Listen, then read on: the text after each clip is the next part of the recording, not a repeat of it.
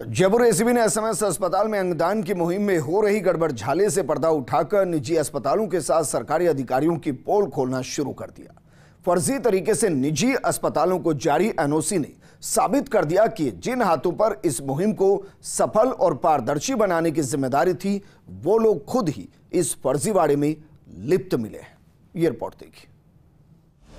राजस्थान में अंगदान मुहिम को तब बड़ा झटका लगा जब राजधानी जयपुर में चल रहे रिश्वत के खेल का एसीबी ने पर्दाफाश किया। एसीबी ने एसएमएस अस्पताल के सहायक प्रशासनिक अधिकारी गौरव सिंह, ईएससीसी अस्पताल के कोऑर्डिनेटर अनिल जोशी को गिरफ्तार किया तो सामने आए कि फोर्टिस अस्पताल का कोऑर्डिनेटर विनोद सिंह कुछ समय पहले पैसे देकर फर्जी सर्टिफिकेट लेकर गया है, जिसे एसीबी ने गिरफ्तार कर लिया।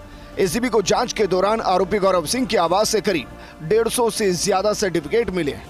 आरोपी के पास मिले नेपाली लोगों के 3 सर्टिफिकेट से सामने आया कि ये लोग बाहर के लोगों को अंग डोनेट या खरीद फरोख्त कर रहे थे। एसीबी ने आरोपियों के लैपटॉप, हार्ड डिस्क और अन्य सामान जब्त कर लिए। साथ ही गिरफ्तार तीनों आरोपियों को कोर्ट में पेश कर 4 दिन के रिमांड पर दिया है। एक कर्मचारी जो मानव अंग प्रत्यारोपण विभाग एसएमएस हॉस्पिटल में कार्यरत थे, वो ईएचसीसी हॉस्पिटल के ट्रांसप्लांट कोऑर्डिनेटर को एनओसी उपलब्ध कराए थे, जिसके लिए उन्होंने उनसे रिश्वत की राशि प्राप्त की और उस संबंध में उनको कल रात गिरफ्तार किया। राजस्थान के ऑर्गन ट्रांसप्लांट करने वाली अधिकृत निजी अस्पतालों को एनओसी के लिए state level coordinator centre SMS अस्पताल है।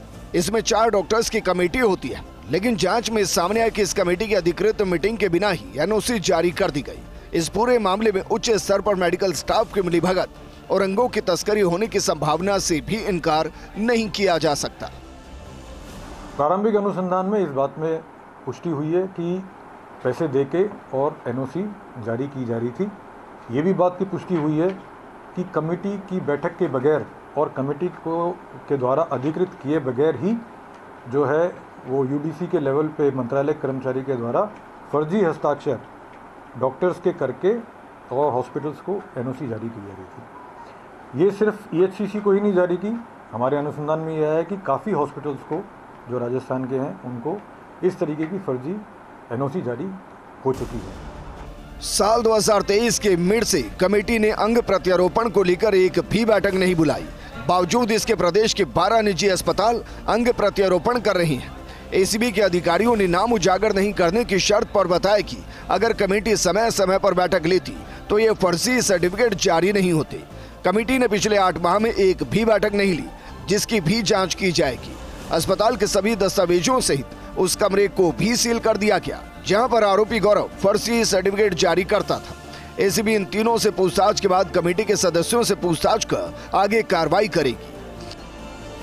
इंटेरोगेशंस और जो हमारे पास सूचना थी उसमें फर्दर डेवलप करते हुए हमने आज फोर्टिस हॉस्पिटल के ट्रांसप्लांट कोऑर्डिनेटर मिस्टर विनोद को भी अरेस्ट किया है और इन तीनों आरोपियों के जो कार्यालय हैं और जो इनके घर हैं उनको अच्छे से सर्च करके और जितना भी ऑर्गन ट्रांसप्लांट संबंधी डॉक्यूमेंट्स, दस्तावेज, चाहे वो पेपर के रूप में हो या वो इलेक्ट्रॉनिक के रूप में हो, वो हमने जब्त किया है।